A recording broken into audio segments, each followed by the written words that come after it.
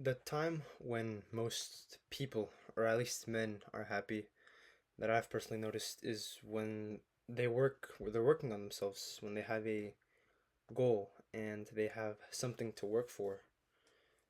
I know Iman talks about this as well. I don't know if he talks about it a lot, but I know he talks about it, about how for one to have purpose is for one to have a goal.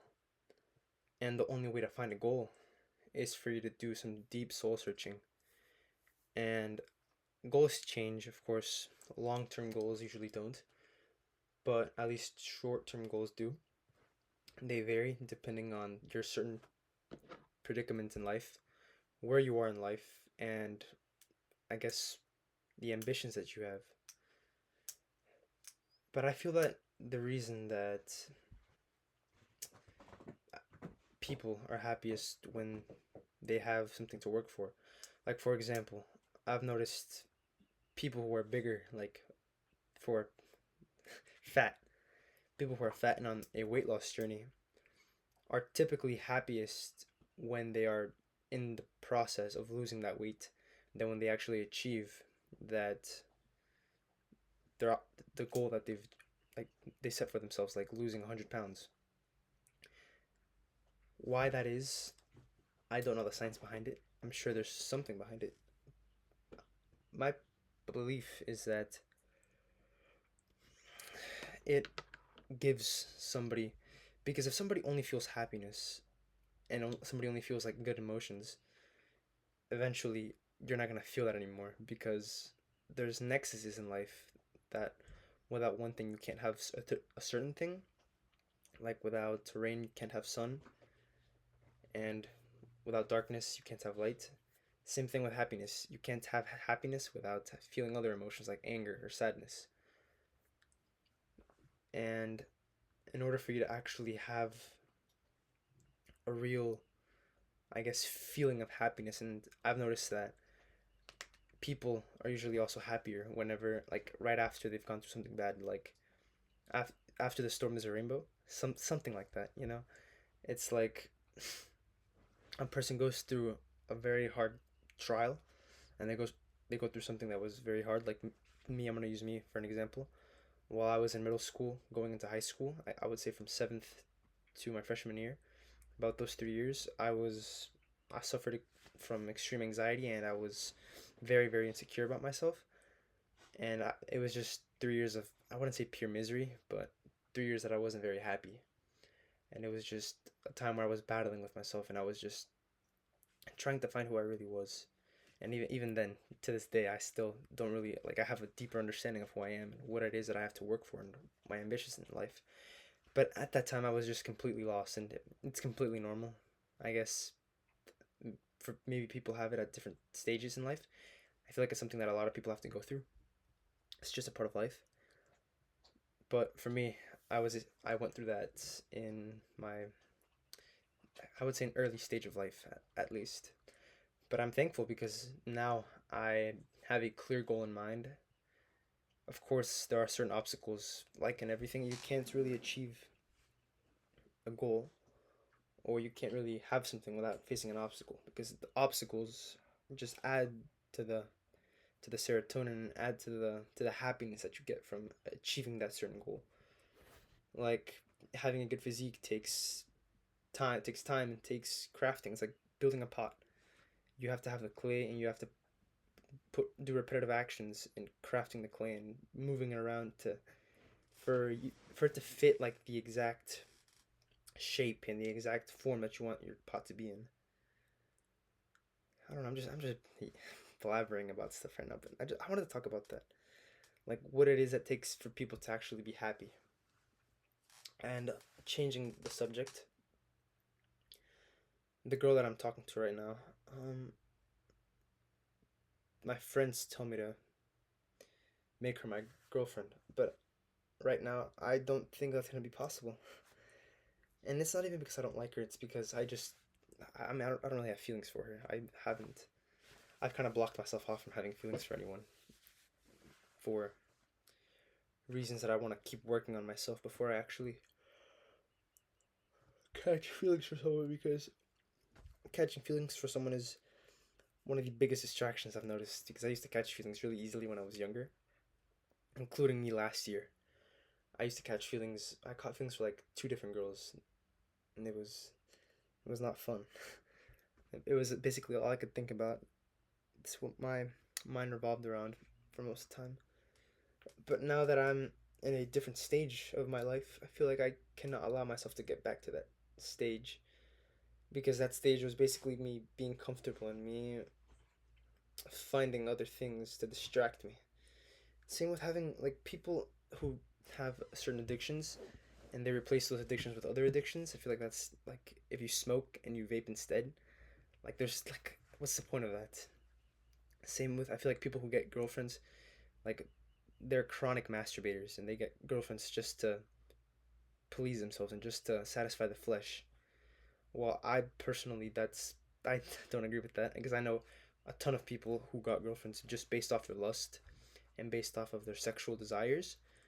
I feel like that's no way to live. Like you don't actually like yeah, you'll probably catch feelings for her, but they're not actual like you don't love her for who she is, at least at the beginning because you started liking her because she was taking care of your sexual desires and you were having intercourse with her. That's another reason why I'm personally saving myself till maybe I don't know if till marriage, but definitely till I find someone that I actually love. Again, my perspective on it. People have different opinions. I understand people that why some people don't. They say that I don't really want to go into detail about that, but that's my perspective on that. That getting a girlfriend just to please yourself and just to distract yourself for the moment is in my opinion not the best option. Like I said, it's like replacing your smoking habit with a vaping habit. You're replacing one bad thing for another bad thing. There's no point.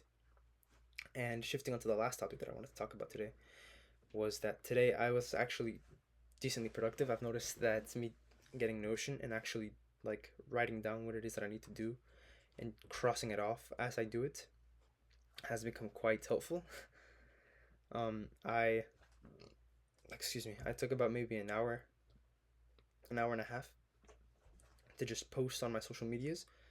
I posted on my Instagram, on LinkedIn, on my Google business profile, and on Twitter or X.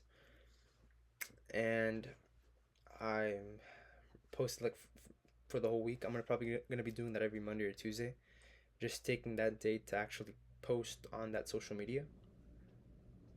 I finished the proposal form for my upsell offer, which is the SEO, and I already had the proposal form for my downsell offer, which is the websites and the automations and just all that the small ticket thing. And I've been working. I finished the module, which was just basically just went over that. We went over the product and just having let's see having the no, not the onboarding form, having the proposal form, which is the main thing that I was working on today. I'm trying to think what because I forgot to write down what it is. I know I have to finish my onboarding form, which is another thing that I was working on. Well, I didn't really work on it today, but I watched the module for it. Onboarding, since I personally haven't really had anything with onboarding, I have no prior experience to it. I feel like it's going to be a little bit harder because everything else I was basically just polishing, but this is, I basically have to craft it from new. I have to make onboarding videos. I have to, before anything, I have to have an onboarding process and how everything's going to work and the details that I'm going to need for the client. Because right now, for my offer, I'm still learning SEO. I found a SEO masterclass, which is it's worth like $10,000, and I got it for free from somebody that I know. So I'm gonna be doing that on top of watching the mentality module in Agency Accelerator, while on top of trying to craft out an onboarding funnel and an onboarding process on how I'm gonna onboard, because the onboarding processes are gonna be a little bit different for I'm gonna call my downsell offer the SWAS offer, and I'm gonna call my upsell offer the SEO offer. That's what I'm gonna be calling those. So they're gonna be like not completely different, but they are gonna be relatively different. For the client portal, I'm probably just gonna make that the sub account, and I'm just gonna onboard them to that. and then I already have a video on getting all their social medias and all their like all of that, all their like Google stuff into Go High Level. So I'm gonna have to do that. I do have like a rough idea of what it's gonna look like. First is gonna get access to join the workspace or the client portal, which is the sub account. Um, Second is watch welcome videos, which is gonna be the onboarding videos. Then they're gonna fill out a brief questionnaire, which is gonna be like a form with certain things that they need to like I'm gonna need from them, and then add clients, their teammates, like their teammates to the workspace as well. So just add them to the sub account, and then get clients access like to their brand assets, their pictures, and like their information that they want me to use for their website or for whatever it is that I'm going to be using. And I was also working on contracts on NDAs because I didn't have that prior, but now I do. So I have that, and I have a contract. Let's see what else I have. I have the contract, and I have the products, which is the, let's see, let's take a look. The SEO, because right now, for how I have it structured is, I have it as 6 month. It's a 6 month contract for $4,000, or they can do 4 payments of $1,000, separated in through those 6 months. And I feel like the risk reversal that I'm gonna be having is if we don't get you a certain amount of traffic in those 6 months, money back. So I mean, that's in my opinion, that's pretty easy. Like that's an easy risk reversal. But the main thing that I have to focus on is actually understanding SEO, which I have a brief understanding of it, but I'm not too knowledgeable, like in depth. But yeah, that should be everything. Covered everything I wanted to talk about today. And tomorrow I'm probably going to be talking about the second brain method, which is something that I've also been incorporating now that I'm being a lot more organized with my business. And probably going to be talking about my plan for the 3 months after I graduate, just go more into detail, because I have a rough idea of what I want to do, but I don't have a completely sketched out plan. So I'll be talking about that tomorrow.